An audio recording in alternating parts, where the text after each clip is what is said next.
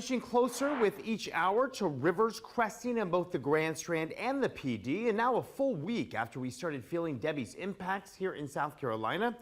Our Julia Richardson joins me now in the studio to break down the situation in a waterside Myrtle Beach area community and also share whether folks there are worried about their property. Julia.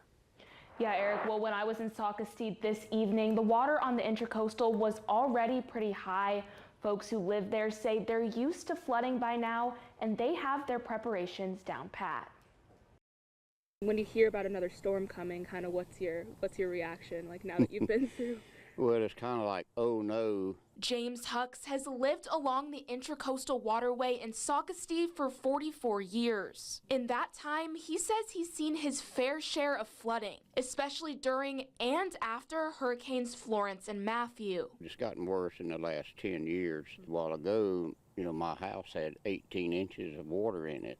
And although Debbie has passed, experts still expect the Intracoastal Waterway to crest, forcing those who live along it to brace themselves once again. Really, just try to stay home. Like when the floods come, have sandbags ready, maybe. Pull the batteries out of the car if it gets real bad. 2 or 3 years ago, it killed one of our cars. Oh, wow. It got that high.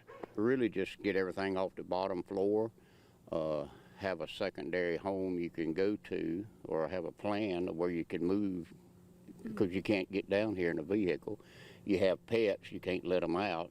Locals like Hucks, who have lost belongings to flooding, say they always prepare for the worst, just in case. That's a hurtful thing, so that's always in the back of your mind, how high will the water get?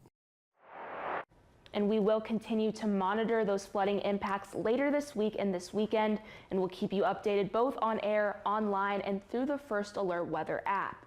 Live in the studio, Julia Richardson, WMBF News.